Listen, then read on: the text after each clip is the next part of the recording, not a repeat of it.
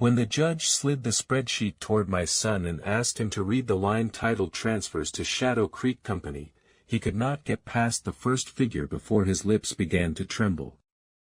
He finally looked up and found me staring back. I did not smile. I had waited 6 months for this exact moment, their own written confessions. Before we dive deeper, don't forget to subscribe and drop a comment letting us know where you're tuning in from. I am 70 years old, a widower, and a grandfather of 2. My name is George Hale. For 44 years I built houses that outlived their original owners, restored schools that outlasted 3 superintendents, and brought back to life churches that had been left for dead.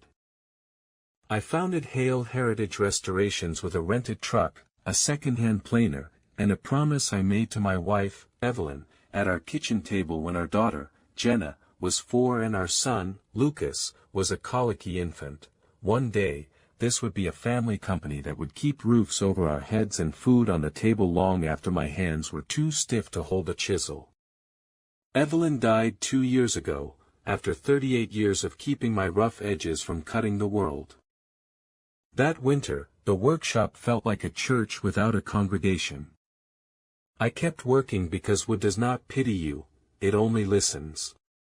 The children visited often at first, bringing casseroles and soft voices, staying long enough to give me a reason to shave the next morning. Then the visit stretched out like old elastic. Calls came and went. I learned to live in the long quiet. Which is why I noticed the difference when the quiet ended all at once. It began with a dinner. Lucas invited me to his house, a modern thing of steel and glass on a hill outside town that took 3 men and a crane to set the beams. I set my coffee on a coaster shaped like a leaf and watched my son do what he has always done well, perform confidence. He inherited the Hale shoulders and the Hale jaw, but he found his smile somewhere else, a practiced curve that looked good in photographs and felt wrong in the room. "Dad," he said, "it is time we talk about succession." I kept my hands folded. "We built bylaws for that years ago." "They are outdated," Jenna said. She wore a cranberry sweater and spoke with the clipped clarity that had once made her a relentless debate captain. Her husband, Daniel, a corporate attorney with suits that cost more than my first truck, sat silent, thumb flicking across his phone under the table as if the whole scene were an email thread he could mute. "We must move quickly to protect you. And the company." "Protect me from what?" She poured me water I did not ask for. "From yourself. From the burden. You are 70, Dad. You are grieving. The board needs to appoint an acting CEO and chief signatory. Temporarily." "Temporary, of course," Lucas added, a softness in his tone that made my ears warm with old anger. "Just while we modernize." I looked at their faces, the dear and familiar architecture of my own blood, and, for a pulse of a moment, I imagined Evelyn across from me, eyes narrowing in that way that meant, "George, do not let your heart outrun your head." "What do you want me to sign?" I asked. Jenna pulled a leather folio from under the table as if she had smuggled it under a jacket. She slid out 3 documents clipped together. They were labeled simply, Temporary Management Agreement, Durable Power of Attorney, Estate Plan Update. Their brevity was not comforting. I read the first paragraph of each. The words were clean and sharp as a new blade, full of inevitable verbs: appoint, transfer, authorize. If you looked at them sideways, they read like a love letter to expediency. "I will take these home," I said. My eyes are old.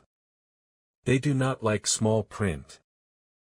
Daniel gave me a smile that started from his teeth and never reached his eyes. "Of course. We can have our notary come by tomorrow if you wish." The notary arrived the next morning at 8. Only I was not home. Hours later, away from my farmhouse, the same notary would stamp a page she hadn't seen me sign, told I was in the other room. I wouldn't learn that until trial. By sunrise, I had driven to the office, unlocked the file cabinet I built with my father's hammer, and removed a folder labeled, in my own hand, Contingencies. People like Daniel think a carpenter only knows the angles of a room. They forget that a carpenter lives by the angles of planning. When Evelyn was healthy, I drafted 3 sets of wills and 2 sets of bylaws with a lawyer who did not wear glacier blue ties, a woman named Marjorie Chen whose office smelled like paper and determination. After Evelyn died, I added one more plan and wrote her name on the inside cover because I wanted her to hear the sound the folder made when it opened. I called Marjorie from the truck. "Implement option 3, I said. "Are you certain?" she asked. "I am. Come to the office now."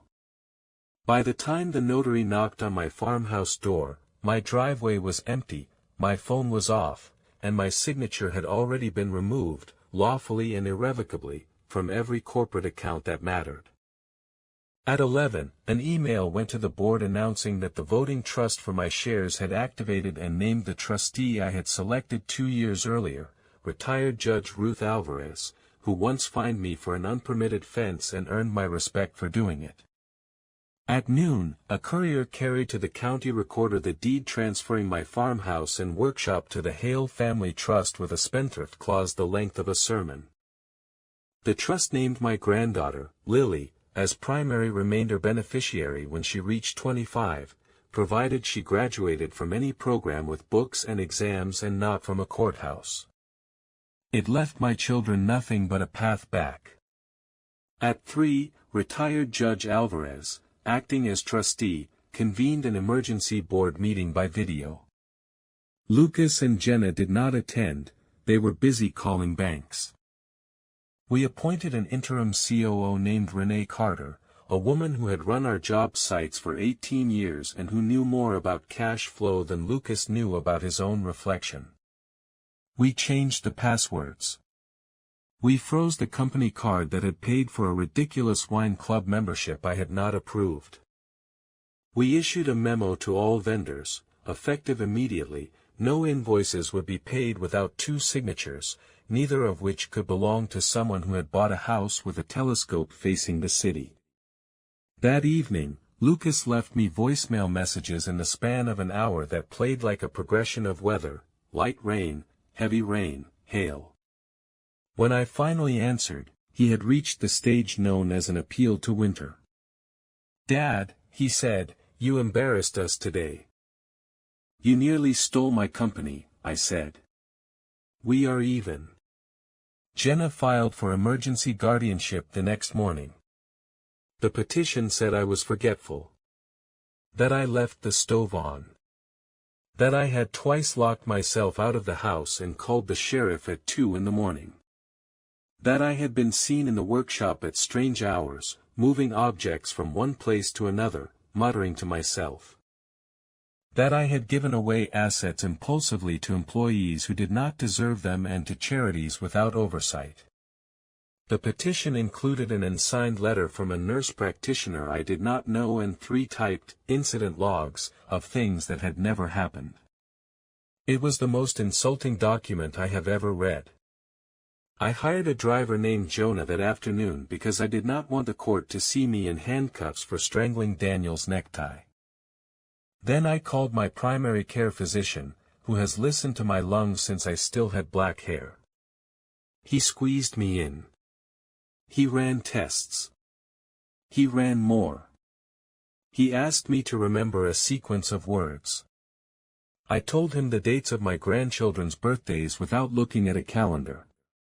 On the morning of the guardianship hearing, Jonah opened the courthouse door and asked if I wanted him to wait inside. "Yes," I said. "This will be short." It was not. The hallway outside probate division B smelled like disinfectant and fear. Families clustered in clumps, sisters with elbows pressed together like pages in a hymnal, sons who had not visited in years pretending their absence was a form of love. A bailiff peeked into the waiting area, frowned, and then called my name as if it tasted bitter. We sat in front of a judge whose eyebrows communicated more than entire lawyers. Jenna stood, all controlled sorrow, and spoke about my grief like it was an ailment that made me contagious. Lucas read from a script about my legacy as if I were a plaque on a building. Daniel objected to heir and lost. When it was my turn, I handed the judge my evaluation. I handed him letters from my cardiologist, my neurologist, and my barber, whose testimony about me never missing an appointment made the judge smile with his eyes even as his mouth did not move. Then I said the part that mattered. "Your Honor," I said, "my children love me. I know that. I also know they are being advised by a man who has never gotten sawdust in his shoes. I am not incompetent. I am not confused. I am heartbroken and I am angry, and those are not medical conditions. They are conditions of being alive." The judge denied the emergency petition. He set a full hearing for 3 weeks later. That night, I sat at the edge of my bed with my hand on the empty space where Evelyn used to sleep and tried to keep my mind from running like a machine that never rests. At 10, I finally slept. At midnight, my phone buzzed. It was Lily, my 12-year-old granddaughter, texting from a friend's house after a sleepover. There were 5 messages in a row, like her thoughts were trying to leapfrog each other. Grandpa, Mom and Uncle Luke were whispering on the patio before we left. I was getting my hoodie and they didn't see me. I heard Mom say something about your pills. She said if we keep rearranging the bottles, it will speed things up before court. She said, "He'll look worse." Uncle Luke told her to be careful and she said, "I'll figure it out." I recorded it. I'm scared.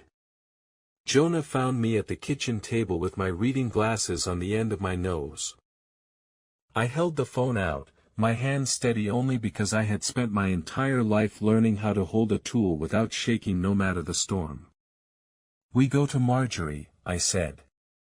Marjorie listened to the recording twice, once like a lawyer, second like a mother. When it ended, she took off her glasses and pressed the bridge of her nose as if she could squeeze sadness into a manageable shape. "We will not put Lily on the stand," she said, preempting my fear. "We will protect her. But this changes the map." Her map was intricate. Mine had one road. We followed both. Marjorie hired a forensic accountant named Priya Menon to audit 3 years of company finances. Priya was small and tireless, with a stare that could sand a table down. She asked for everything, and then when we gave her everything, she asked for more. In a week, she came back with a story told in numbers. It began the month after Evelyn died. It was written in transfers with friendly names: consulting, expedited permits, reserve.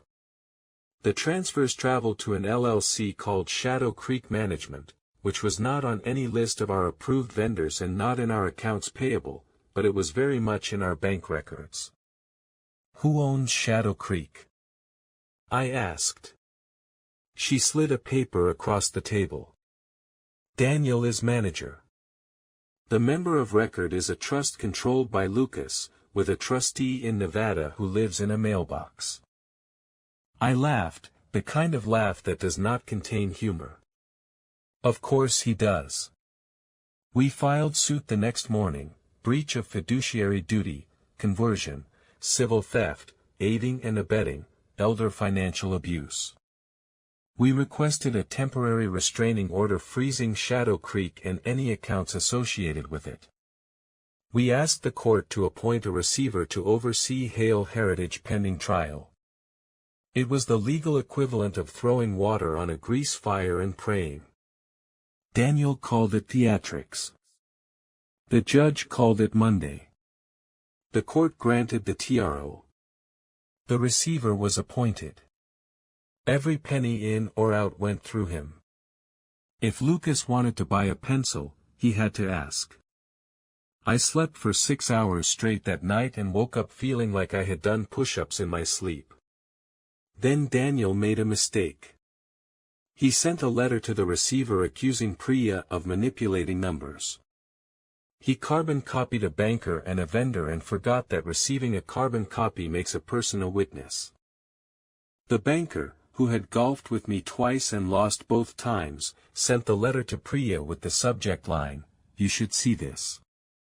Marjorie read it and smiled the way a surgeon smiles when the tumor separates cleanly from the healthy tissue. "We will depose him," she said. Depositions are where people tell the truth by accident. Daniel arrived with a silk tie the color of a bruise and a confidence that did not survive the first 30 minutes. Priya's exhibits marched across the conference table like a parade. We showed him a wire transfer from Hale Heritage to Shadow Creek for consulting services on a courthouse restoration we had performed in-house for 40 years without outside consultants. We showed him an invoice number that matched one issued by a legitimate vendor 2 months earlier, down to the cent, only the routing number led to his mailbox.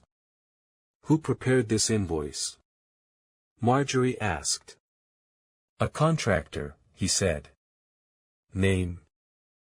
"I would have to check." "Check." His lawyer objected to tone. The court reporter adjusted her machine in a way that sounded like disapproval. He checked. He could not find a name. We asked him about the guardianship petition. "Did you draft it?" He said he did not recall. We asked him about the nurse practitioner. He said he had never met her. We pulled up an email from him to her, attached to a calendar invite labeled, "Draft Letter." He said it must be a coincidence. We asked him to spell coincidence. He could. By the time the full guardianship hearing arrived, their petition had grown thorns and ours had grown teeth. The courtroom was full. Reporters showed up because the courthouse restoration had won an award 2 years earlier and small cities love to watch their own dramas unfold. The presiding judge, not Alvarez, wore reading glasses low on his nose and looked at me as if to say, "I will not referee your family, but I will decide your case." Jenna went first. She walked to the witness stand like a person going to the dentist, resolved, wary, righteous. She testified about my grief. She testified about my temper. She testified about the time I yelled at a subcontractor after he left nails in my yard where Lily might step. The courtroom nodded.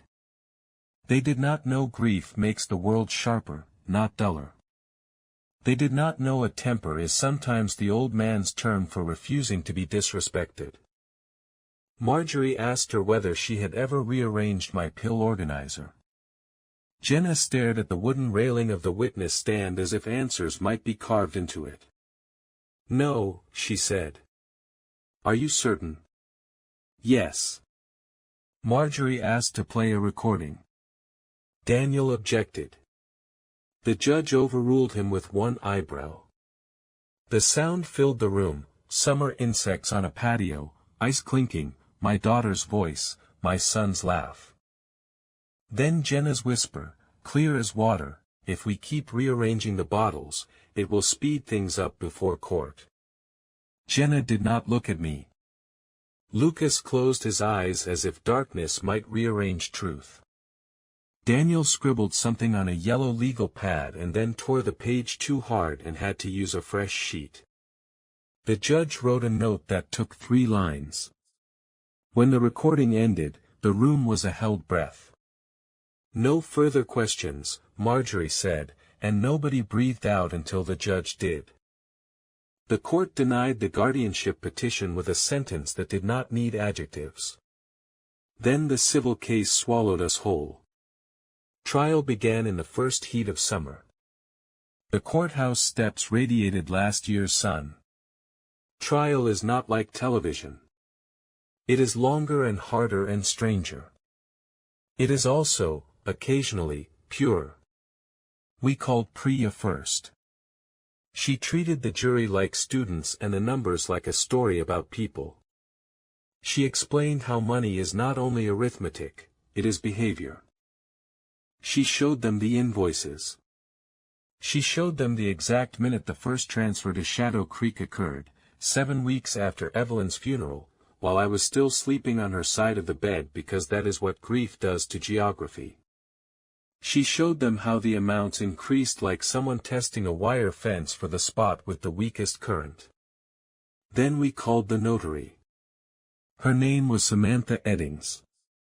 She had a new haircut that was not helping her feel less exposed.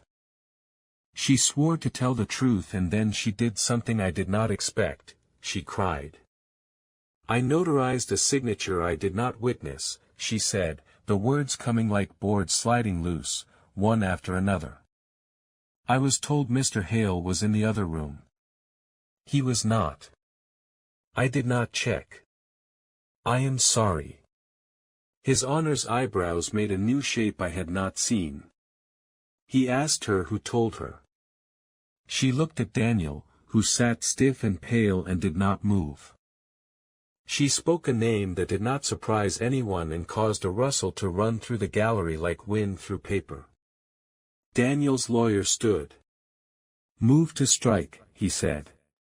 Denied, said the judge, and the gavel was soft but it was still a hammer. Lucas took the stand on the 4th day. He wore the blue tie that Evelyn used to say made his eyes look like the lake behind our old house. He did not look at me when he swore to tell the truth. What is Shadow Creek Management? Marjorie asked. A consulting firm we used for specialized work, he said. Who owns it? It is confidential. Not here. It is, an entity managed by Daniel. Who benefits? I do not know. She handed him a folder. The spreadsheet inside was a simple thing, rows and columns, black on white, and yet when he pulled it out, I watched him age. It contained what we had all come to see, transfers, dates, notes, signatures. It also contained something new, added the night before by a late-produced document we obtained after Priya pressed for a second banker's box, an internal memo from Daniel to Lucas instructing him to route change orders over $50,000 to the consulting stream, with a handwritten note at the bottom, keep Dad out of it. Is that your signature?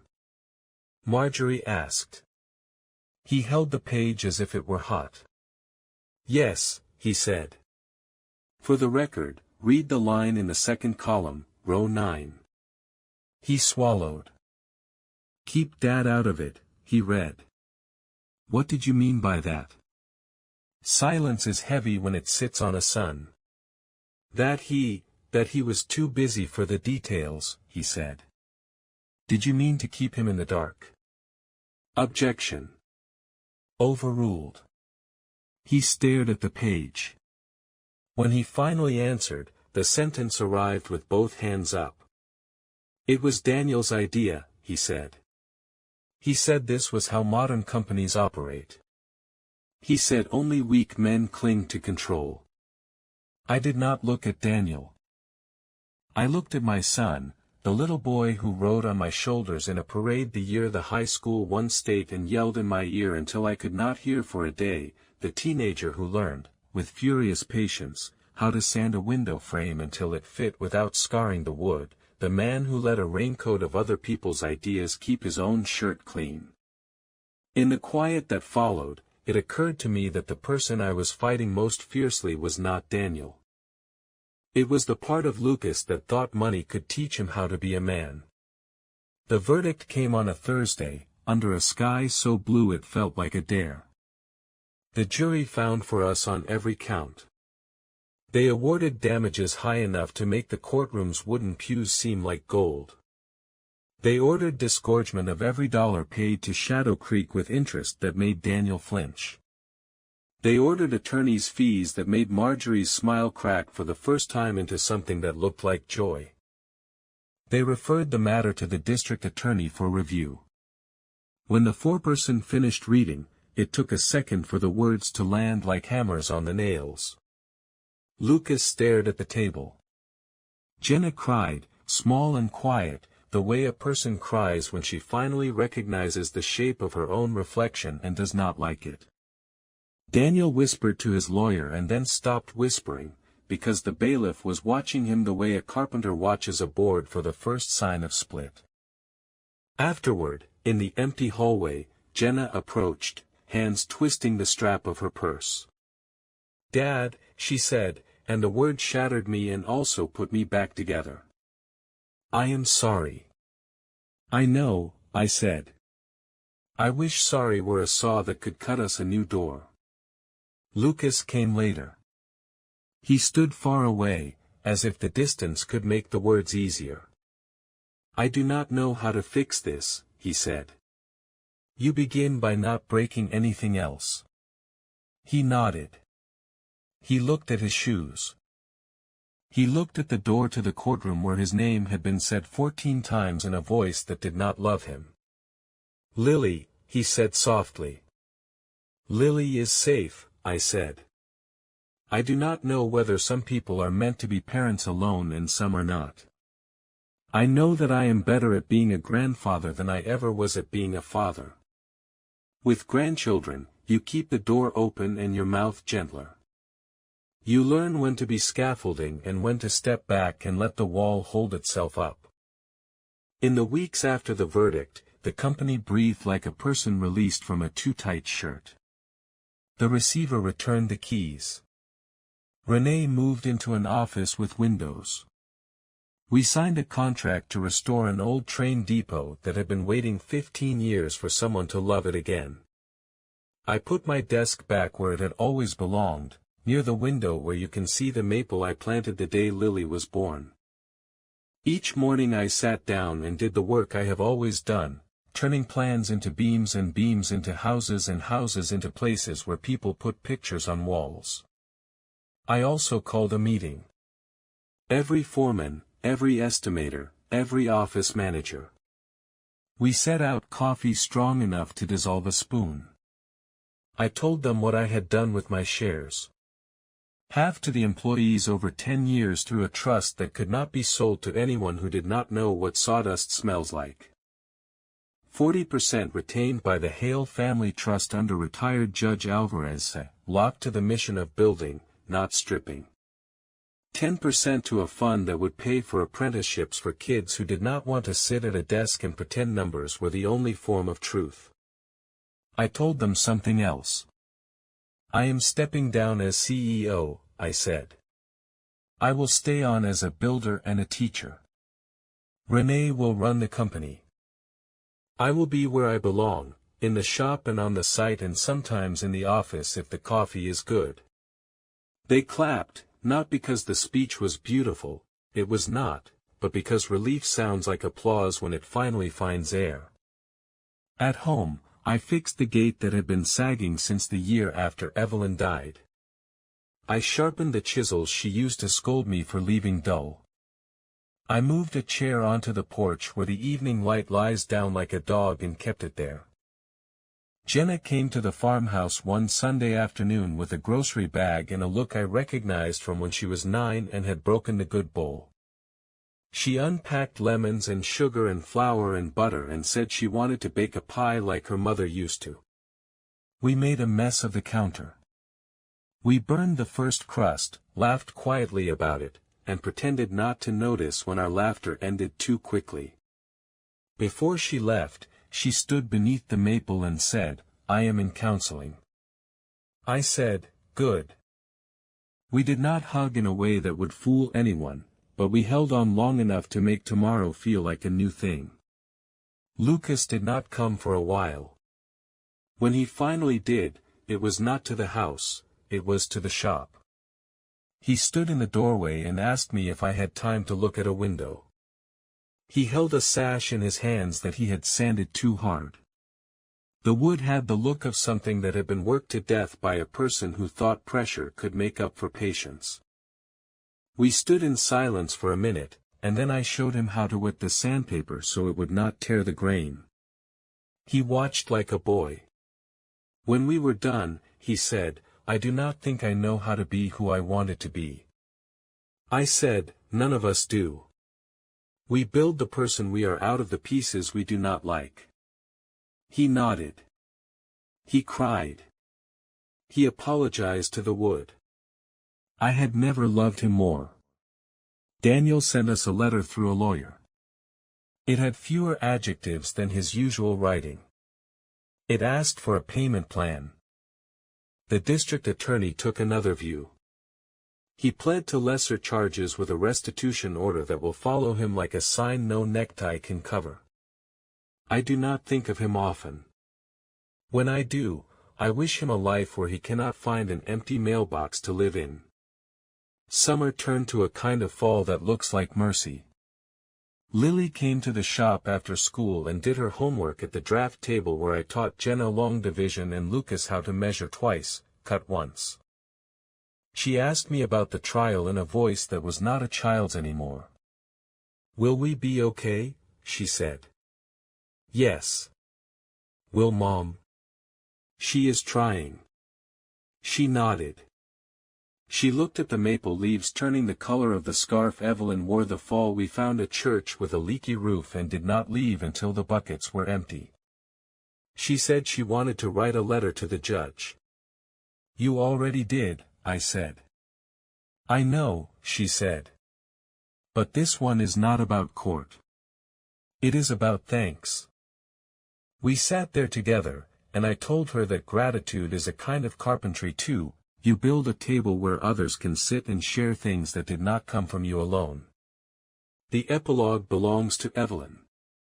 I drove to the cemetery this morning with a bouquet of zinnias from the market where the cashiers still ask about the courthouse restoration.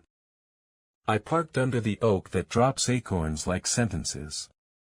Her headstone is simple because she would have rolled her eyes at anything else. I sat on the grass, old bones complaining, and told her the story she already knew, that our children had lost their way, that they had been found, that our granddaughter had shown me how courage can live in a small body and sound like a whisper on a patio, that would forgives if you learn its direction and go with it. "I did what you would have done," I said. "I fought for the part of us that is not for sale." On the way home, I stopped at the train depot to watch the crew set the first new beam. Renee walked the site with a clipboard and a certainty I trust. Lucas carried the other end of the beam with a kind of quiet that looks good on a man. Jenna sat on a stack of lumber with Lily, trying to untangle a knot in the twine that kept the boards together.